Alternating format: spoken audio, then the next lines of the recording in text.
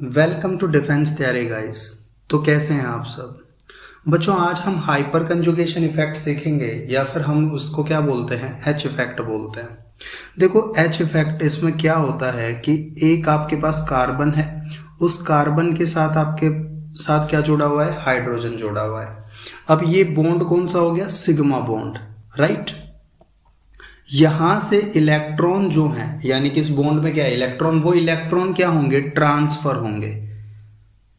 अब वो हो सकते हैं हमारे टुवर्ड्स पाई बॉन्ड, या फिर आपके पॉजिटिव बॉन्ड है कोई, ठीक है, या फिर आपका कोई भी फ्री इलेक्ट्रॉन है, उधर क्या हो सकता है, ट्रांसफर हो सकते हैं, जिसको क्या बोलते हैं, एच इफेक्ट बोलते हैं।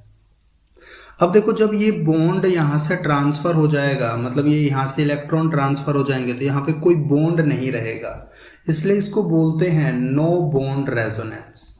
क्या बोलते हैं, नो बॉन्ड रेजोनेंस बोलते हैं। इसको देने वाले जो साइंटिस्ट थे उनका नाम था नेथन एंड बेकर।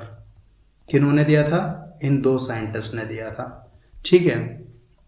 आइए अब जानते हैं हम कुछ कंडीशंस ऑफ एच इफेक्ट, ठीक है, कुछ कंडीशंस जानते हैं इनकी। अब पहली कंडीशन ले लेता हूं मैं। भाई मेरे पास क्या है, मेरे पास एक तो कार्बन सिंगल बॉन्ड हाइड्रोजन का सिग्मा बॉन्ड है, ठीक है, और साथ में मेरे पास कंजुगेशन में पॉजिटिव चार्ज भी है। भाई मेरे पास ये दो चीजें प्रेजेंट होंगी, राइट। समझ में आ गई बात। अब देखो, अब हम लेते हैं एक एग्जाम्पल। भाई मैंने एग्जाम्पल लिया कार्बन हाइड्रोजन हाइड्रोजन हाइड्रोजन, यहां पे लिया CH2 और इसके ऊपर पॉजिटिव चार्ज। अब देखो यहां पे मेरे पास ये कार्बन हाइड्रोजन है, यहां पे भी कार्बन हाइड्रोजन है, यहां पे भी कार्बन हाइड्रोजन है, मतलब CH बॉन्ड तो है मेरे पास और साथ में कंजुगेशन में एक पॉजिटिव चार्ज भी है। साफ साफ दिखाई दे रहा है। अब ध्यान से सुनो, देखो जो कार्बन इस पॉजिटिव वाले कार्बन के साथ अटैच है, वो कार्बन मेरा कौन सा कार्बन है, अल्फा कार्बन है, और उसके साथ जो हाइड्रोजन अटैच है वो कौन सा हाइड्रोजन है, अल्फा हाइड्रोजन है। अब यहाँ पे अगर देखा जाए तो यहाँ पे तीन तीन अल्फा हाइड्रोजन है, यानी कि इलेक्ट्रॉन ट्रांसफर हमारा यहां से भी हो सकता है। अगर यहां से हम करते हैं तो क्या हो जाएगा, देखो एक रेजोनेटिंग स्ट्रक्चर बनाई मैंने, हाइड्रोजन कार्बन हाइड्रोजन, और यहां पे क्या आ जाएगा, डबल बॉन्ड CH2, और ये जो हाइड्रोजन है ये मेरा रिमूव हो जाएगा H पॉजिटिव में, यहां पे कोई बॉन्ड नहीं दिखाई दे रहा आपको, राइट। अब देखो ऐसा है कि हमने तो यहां से बॉन्ड, इस वाले हाइड्रोजन का बॉन्ड क्या कर दिया, इलेक्ट्रॉन क्या कर दिया, ट्रांसफर कर दिए। हम आइदर इन दोनों, और बाकी भी तो दो हैं, इन दोनों में से किसी से भी कर सकते हैं, तो हम और भी क्या बना सकते हैं, स्ट्रक्चर्स बना सकते हैं। तो जैसे मैंने इस बार ये बना दी, ये वाली बना दी, और यहाँ पे H पॉजिटिव दिखा दिया। भाई देखो अब यहाँ इस वाले हाइड्रोजन का मैंने क्या कर दिया, इलेक्ट्रॉन दे दिए। मैं एक और स्ट्रक्चर बना सकता हूं, तो चलिए बना देते हैं। मैंने क्या कर दिया, इस वाले हाइड्रोजन की भी क्या कर दिया, बॉन्ड दे दिया। भाई किसी से भी कोई भी बॉन्ड दे सकता है, ये भी दे सकता है, ये भी दे सकता है, और ये भी दे सकता है, अपने इलेक्ट्रॉन दे सकता है ना, तो दे दिए। तो ये सारे क्या हैं, ये मेरी हाइपर कंजुगेटिंग स्ट्रक्चर्स है। क्या है ये, मेरी हाइपर कंजुगेटिंग स्ट्रक्चर्स, जैसे रेजोनेंस स्ट्रक्चर्स बोल रहे हैं, हाइपर कंजुगेटिंग स्ट्रक्चर्स, या फिर आप इनको कैनोनिकल स्ट्रक्चर्स भी बोल सकते हो, ठीक है।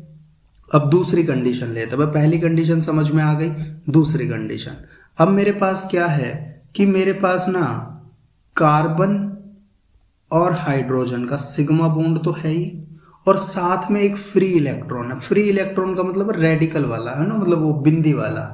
तो बिंदी वाला भी क्या है मेरे पास, कंजुगेशन में प्रेजेंट है। तो एग्जाम्पल ले लेते हैं। भाई एग्जाम्पल लेने में अपना क्या चाहता है, भाई मैंने लिया कार्बन हाइड्रोजन हाइड्रोजन हाइड्रोजन, और यहां पे लिया कार्बन CH2, और इसके ऊपर लगा दी बिंदी। भाई ये बिंदी क्या, फ्री रेडिकल दिखा रही, कार्बन फ्री रेडिकल, मतलब इस कार्बन के पास 7 इलेक्ट्रॉन आउटर मोस्ट शेल में। सही बात है, चलिए कोई बात नहीं।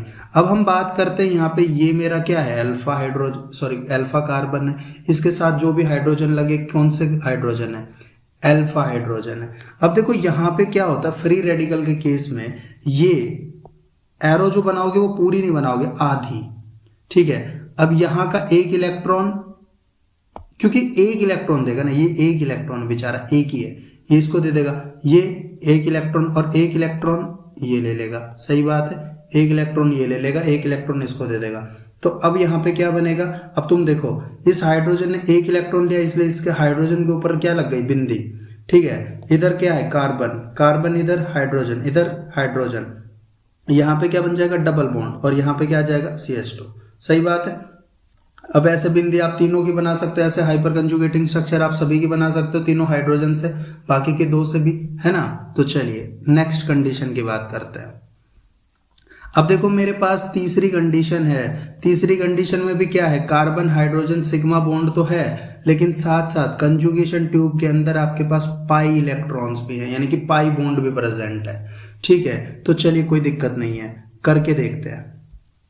भाई मैंने लिखा कार्बन और इसके साथ वापस से भाई हाइड्रोजन हाइड्रोजन हाइड्रोजन, यहां पे CH डबल बॉन्ड CH2। अब देखो जिस कार्बन के साथ डबल बॉन्ड लगा हुआ है, ठीक है, उससे अटैच कार्बन मेरा क्या होगा, अल्फा कार्बन होगा। अब आप कहोगे कि इस वाले कार्बन के साथ डबल बॉन्ड लगा हो तो ये मेरा अल्फा कार्बन हुआ, ठीक है। अगर मैं ये कहूं कि इस कार्बन के साथ भी तो डबल बॉन्ड लगा हुआ है ना, तो ये वाला कार्बन अल्फा कार्बन नहीं होगा, ठीक है। इस कार्बन के साथ तो आप देख रहे हो ना डबल बॉन्ड लगा हुआ है, तो अल्फा कार्बन कौन सा होगा, ये वाला होगा, ठीक है, गलती मत करना कभी भी।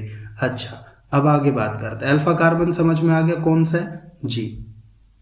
तो अल्फा कार्बन ये रहा, ये सारे अल्फा हाइड्रोजन है। अब देखो क्या होगा फिर, भाई मान लो मैंने ये हाइड्रोजन, इसने अपना बॉन्ड इधर दिया, इस वाले ने एक इधर दे दिया, तो क्या होगा भाई, होना क्या है, वही H पॉजिटिव आपका बाहर निकल जाएगा। इधर देखो H कार्बन और यहां पे भी क्या H, यहां पे डबल बॉन्ड आ जाएगा, CH यहां पे सिंगल बॉन्ड CH2, और यहां पे क्या आ जाएगा, नेगेटिव आ जाएगा, सही बात है। अब ऐसे आप तीनों हाइड्रोजन की क्या बना सकते हो, हाइपर कंजुगेटिंग स्ट्रक्चर्स बना सकते हो। भाई समझ में आ गई बात। अच्छा अब एक सवाल आता है कि आपने ये बोल दिया कि यहाँ पे या तो वो बिंदी हो सकती है, फ्री रेडिकल वाला केस हो सकता है, पाई इलेक्ट्रॉन्स हो सकते हैं, पाई बॉन्ड हो सकता है, या फिर आपके पास पॉजिटिव चार्ज हो सकता है। भाई नेगेटिव वाले का क्या है ना, मतलब कि अगर मेरे पास कंजुगेशन ट्यूब में कुछ ऐसी हो, कुछ ऐसी बात हो, देखो कैसी, ऐसी कार्बन आयन वाली, तो ये इसको इलेक्ट्रॉन देगा। अब क्या होगा, कुछ नहीं, यहाँ पे कोई H इफेक्ट नहीं होता, ठीक है, ऐसे केस में कोई भी H इफेक्ट नहीं होता, ठीक है, कोई भी शिफ्टिंग नहीं होगी, क्योंकि एनायन का भाई अपना कंप्लीट ऑक्टेट होता है ना। अब आपने कार्बन इंटरमीडिएट पढ़े थे, तो उसमें कंप्लीट ऑक्टेट किसका होता है, कार्बन का होता है, एनायन वाले में कार्बन आयन का, ठीक है, तो कोई शिफ्टिंग नहीं होती। अब हम बात कर लेते हैं एप्लीकेशंस ऑफ H इफेक्ट की, और एप्लीकेशन में हमारे पास सबसे पहली बात आती है, हमें स्टेबिलिटी चेक करनी है कार्बोकैटायन की, ठीक है, कार्बोकैटायन, और मेरे को किसकी करनी है, फ्री रेडिकल की करनी है, और मेरे को किसकी करनी है, एल्कीन की करनी है। बोलो भाई सही बात है, तीनों की मैं क्या कर लेता हूं, तीनों की मैं स्टेबिलिटी चेक कर लेता हूं इसके थ्रू। तो चलिए एक बात मेरी हमेशा ध्यान रहे, जो स्टेबिलिटी है किसी की भी, इन तीनों में से किसी की भी स्टेबिलिटी जो है वो डायरेक्टली प्रोपोर्शनल होती है नंबर ऑफ हाइपर कंजुगेटिंग स्ट्रक्चर या फिर कैनोनिकल स्ट्रक्चर, ठीक है, कैनोनिकल बोलेंगे थोड़ा अच्छा टर्म लगता है। उसके अलावा directly proportional to number of alpha hydrogen, भाई जिसके पास अल्फा हाइड्रोजन सबसे ज्यादा उसकी स्टेबिलिटी सबसे ज्यादा। बोलो समझ में आती है बात। चलिए इतनी बात समझ में आ गई, तो मेरे पास कुछ कंपाउंड्स हैं भाई। पहला कंपाउंड हो गया CH3C। अब देखो यहां पे ना मैं स्टार बना रहा हूं, ठीक है, CH3 स्टार का मतलब समझाऊंगा। एक मेरे पास ये वाला ग्रुप है, दूसरा ग्रुप क्या है, ये वाला है, ये रहा, ये लो भाई दूसरा, इसके ऊपर मैंने स्टार बना दिया। तीसरा क्या है मेरे पास, ये वाला है, इसके ऊपर भी मैंने क्या बना दिया, स्टार। चलो इन तीनों की कंपेयर कर लेते हैं स्टेबिलिटी। समझ में आती है बात। अब देखो ये स्टार क्या रिप्रेजेंट करेगा, ये स्टार रिप्रेजेंट करेगा या तो आपके पास प्लस साइन होगा यहाँ पे, यानी कि कार्बोकैटायन की स्टेबिलिटी देख सकते हो आप, या फिर वो बिंदी वाला देख सकते हो, यानी कि फ्री रेडिकल की। तो मैंने क्या बताया कि नंबर ऑफ अल्फा हाइड्रोजन के डायरेक्टली प्रोपोर्शनल होती है स्टेबिलिटी। अब भाई अल्फा हाइड्रोजन देखो, जिसके ऊपर अब कार्बन के ऊपर यहां पे पॉजिटिव है या कुछ भी है, तो इसके साथ वाले ये अल्फा कार्बन, ये भी अल्फा कार्बन, ये भी अल्फा कार्बन, इधर ये अल्फा, इधर ये अल्फा, ये भी अल्फा। तो यहां पे अल्फा हाइड्रोजन देखो, इधर देखो, पहली वाले में कितने, 3 3 6 और 3 9, 9 अल्फा हाइड्रोजन है। इसमें कितने, 6, इसमें कितने, 3। तो जिसके पास सबसे ज्यादा अल्फा हाइड्रोजन वो सबसे ज्यादा स्टेबल। तो टर्शरी ज्यादा stable than secondary than primary. बोलो समझ में आ गई बात? आगे चलते हैं। इसके अलावा हम एक और स्ट्रक्चर लेते हैं और वो ये रही CH3। यहां पे मैंने स्टार बनाया, एक कंपाउंड दूसरा लिया, यहां स्टार बनाया, एक कंपाउंड मैंने यहां लिया और इधर CH2 और इसके ऊपर स्टार बनाया। समझ में आती है बात? ये मैंने 3 स्ट्रक्चर ले ली। इन 3 स्ट्रक्चर में मेरे को ये बताना है कि which one is more stable, stable कौन सी ज्यादा है। अब देखो मेरे इस कार्बन के ऊपर क्या है, ये स्टार बना हुआ, ये पॉजिटिव नेगेटिव, पॉजिटिव या फिर वो बिंदी हो सकती है, नेगेटिव नहीं होगा, याद रहे। तो पॉजिटिव या क्या हो सकती है, वो बिंदी हो सकती है। तो अब मेरे को अल्फा हाइड्रोजन काउंट करना है। तो देखो भाई, इस कार्बन के साथ ये वाला जो कार्बन लगा होगा अल्फा कार्बन, ये कार्बन लगा होगा तो ये भी अल्फा कार्बन और ये भी अल्फा कार्बन। अब इसके हाइड्रोजन काउंट कर लो, तो भाई 3 इसके, 2 इसके और 2 इसके, कितने हो गए, 7 अल्फा हाइड्रोजन हो गए। इसके पास कितने हैं, इसके पास ये कार्बन रहा, ये कार्बन रहा, इसके पास सिर्फ 4 ही क्या है, अल्फा हाइड्रोजन है। इसके पास कितने हैं भाई, इसके साथ सिर्फ ये कार्बन जुड़ा हुआ है, इस बेचारे के पास तो एक ही अल्फा हाइड्रोजन है। सही बात है, अल्फा हाइड्रोजन काउंट कर लिए। काउंट करते ही हमें समझ में आ गई बात कि ये वाला जीत गया, है ना, ये वाला सबसे ज्यादा स्टेबल होगा। इसके अलावा एक एग्जाम्पल और ले लेते हैं, ठीक है। मैंने एग्जाम्पल लिया CH3 single bond CH double bond CH2 और दूसरा एग्जाम्पल लिया CH2 डबल बॉन्ड CH2। अब बोलो बताओ भाई कौन ज्यादा स्टेबल। तो अगर मैं इस वाले की बात करूं तो इसके पास जो अल्फा हाइड्रोजन है वो कितने, 3 अल्फा हाइड्रोजन है भाई, ये रहे, ठीक है। इस वाले के पास कितने, अब कंफ्यूज मत हो जाना, ये इसके वाले के पास 0 अल्फा हाइड्रोजन है, 0, ठीक है, क्योंकि डबल बॉन्ड कार्बन के साथ वाले कार्बन होता है ना, तो अल्फा कार्बन तो है ही नहीं इसके पास, तो इसके पास 0 क्या है, अल्फा कार्बन है। अब 0 अल्फा कार्बन है तो स्टेबल कौन, ये रहा। सही बात है। अब मैं कुछ आपके सामने स्ट्रक्चर बनाने जा रहा हूं, आपको उन स्ट्रक्चर्स की क्या करनी है, ये बताना है कि कौन सा ज्यादा स्टेबल है, ठीक है। आप अपनी नोटबुक में सोल्व करके देखोगे, बहुत ही आसान सवाल है भाई। पहला कंपाउंड ये रहा, ठीक है, दूसरा कंपाउंड मैंने ये बना दिया, राइट। कमेंट बॉक्स में आप आंसर कर सकते हैं। ये मैंने बना दिया दूसरा कंपाउंड।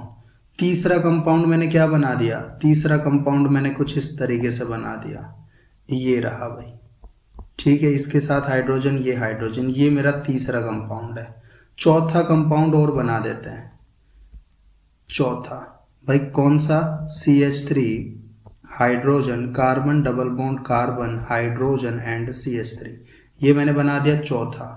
अब मैं पांचवा बनाता हूं, पांचवा रहा, ये रहा। देखते हैं आप में से किसको समझ में आई ये बात, ठीक है। CH3 यहाँ पे हाइड्रोजन, ये कौन सा बन गया, पांचवा बन गया, ये हाइड्रोजन है। इसके बाद छठा कंपाउंड बनाते हैं भाई। छठा क्या है मेरे पास, ये रहा, CH3 hydrogen carbon double bond, ये लो हाइड्रोजन हाइड्रोजन, ये हो गया 6th, ठीक है। 7th एक और बना देते हैं, ये लीजिए हाइड्रोजन एंड हाइड्रोजन, ठीक है। रीजन भी देना कि क्या क्या आपने इसका स्टेबिलिटी ऑर्डर लिखा है, समझ में आती है बात। आगे बात करते हैं।